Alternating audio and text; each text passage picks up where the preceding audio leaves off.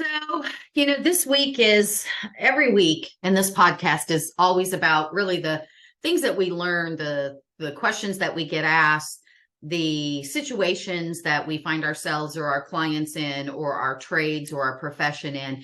And then I just bring that to you every single week so that hopefully not only are you learning something that's going to help you make renovating or building anything that has to do with the renovation construction world, make it easier for you to save time, money, aggravation, heartache, lawsuits, and to hopefully improve our trades and our industry. Because I do, as you know, I always say, rising tides raise all ships. So what happened this week at Old Discount Kitchen Direct, and that I feel would be some value to? I want to talk about when you're hiring a contractor. So hiring, and we're going to do several weeks over this about really understanding the scope of projects and do you hire a general contractor? If you're not going to hire a general contractor, what are all of the things that you need to consider? What do you need to consider, even if you do hire a general contractor, so that you can make sure that they're doing what they should be doing? So that's a little bit of what we're going to dive into this week. And specifically, because of a conversation that I had with a client that, and we're not doing their kitchen yet, but they did call about cabinets. But we got into the conversation about the contractor that I can't tell if they're in contract, out of contract. I don't think they're in contract with them. But I did find out after this very long explanation that they got their quote from the builder of what it was going to cost to build this, 3,000 square foot home. And it was over $1.5 million. And I was like, what the heck? What are you guys putting in this? Right. So as we delved a little bit deeper into it, I really recognized several things. One, people are not asking the right questions. People are taking this not serious. There's kind of two camps. There's the people who are so involved, so detailed, so on top of you, right up your butt, right? Pardon my, analogy there. Or they're just real lackadaisical, and neither is really good. So let's find a healthy blend of both. So through this conversation, I discovered that in this $1.5 million budget for her, 70 or 80-year-old mother, I'm like, okay, does your mom want to spend $1.5 million? Well, I don't know. I don't know what she wants to spend. Okay. You've got to decide, well, she doesn't even know what she should be spending. Okay. That's important because you want to make sure that you have, proper expectations. But at the end of the day, how much money do you want to spend? How much money do you want to finance? How much money do you want to go into your cash reserves or your investments or whatever that is to pay for this house?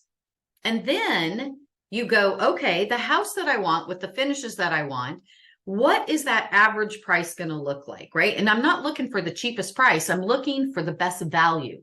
I'm looking for the contractor. And we have a thing here. I'm sure, it's everywhere, right? If you live in certain areas or you have certain builders that build in certain areas, you're just going to pay that 20 or 30% premium, if not more. That's great. If you're that person and you've got that kind of money that you don't need to look at invoices and you just write checks, God love you. For the rest of us, for the other 99% of us, no 1%, 99% reference. So gosh, I shouldn't have said that. This isn't political or, the haves and the have-nots. But for us average people, we do pay attention to the, to the bills and what things cost. And I don't want to put extra money in the contractor's pocket that I could be putting into my house. I'm not going to pay them more so I can have less in my house. So ask good questions. So this podcast is about being reasonable, about being educated, and about being a good advocate for yourself. Okay. Bottom line, advocate for yourself. Pay attention to the details. Never assume. Get everything in writing. Okay. These are just a few things that you need to think about. But so I continue to have this conversation with her. We dig deeper more into this. I find out that they've been working with this guy for like a year and a half. I'm like, you're a year and a half and you're just kind of getting numbers. Like, this isn't some elaborate, extravagant home. This is a modest, it's a nice home. It's a 3,000 square foot home. Down here in my neck of the woods, we have elevated houses on crawl spaces, and of course we have homes on, just foundations, slabs. But this is a home that has a crawl space. And so it looked like a house of another client of ours. And so I thought, you know what, I'm going to give him a call, see what he's paying per square foot. Now, again, you can't just go per square foot, because I could pick a Rivati or a Thermador, or I could pick a GE, right? Like, we know I can pick a $800 window. I can pick a $300 window. So, I can have vinyl siding. I could have brick. I could have hardy plank. Like, there's big numbers, and there's a lot of things that go into that price per square foot. But I'm looking at I walked into this guy's house. She told me kind of the things that her mom wanted. And I said, okay, I have a client I think he's got a house that's comparable. So I called him and I just said, hey, if you don't mind, what are you paying per square foot for your home? And he told me it was half per square foot. It was a half of what this poor little woman. And this is what I think happens. I think you have builders that are just, you know what, I build in this area and this is what I charge, because nobody looks, right? And nobody cares. In fact, they brag at their parties about how much they spent for their house. Okay. Again, the rest of us, we ain't doing that. So I let her know, get 2 or 3 other builders and just interview them. Let's give you a nice list of questions so that when you go into this, that you're going in with intention, purpose, no lackadaisicalness, advocating for yourself, not being overbearing, being kind, being respectful, but asking the right questions and getting the right answers. And it does take some time, unless you're getting a contractor who's a cost plus, right? Okay, then find out what his plus is. Find out what that plus covers. Does he check in on his trades? This is the other thing. I'm going to because this is what this podcast is about. This podcast is about rising tides raise all ship, and our industry can do better. We can do better. And I know why a lot of people decide to take on a project and become their own general, is because a lot of these generals shouldn't be generals. I'm sick of the guys shuffling in with their little flip-flops and point, maybe a week. And then they're taking premium dollars from the consumer, and they're paying subpar prices. Now, is this everyone? No, I'm making some general statements here. But I think that we're complaining about the trades. We're complaining about skilled and unskilled trades. And there's no mentorship anymore. There's no apprenticeship, at least not down in my neck of the woods. Now, wherever you're from in the country, maybe you guys still do that. And that's one of the things I'm an advocate for. As this industry is primarily male. I love that, because you guys know I'm an advocate for young men and men in general. Yes, and I'm still a woman, and I advocate for us too. But I think as the pendulum swung for women, our guys kind of got left behind, and they're the bad guys. So I'm an advocate, just, in case you didn't know that about me yet. So, but these are men trades. I would love to see men in our trades really start mentoring these young people. We have a lot of people that are coming from other countries that are doing a lot of these, even some of these skilled and unskilled trade work on our homes and our renovations and stuff. Let's train them, but we're not doing that. We're leaving it up to them.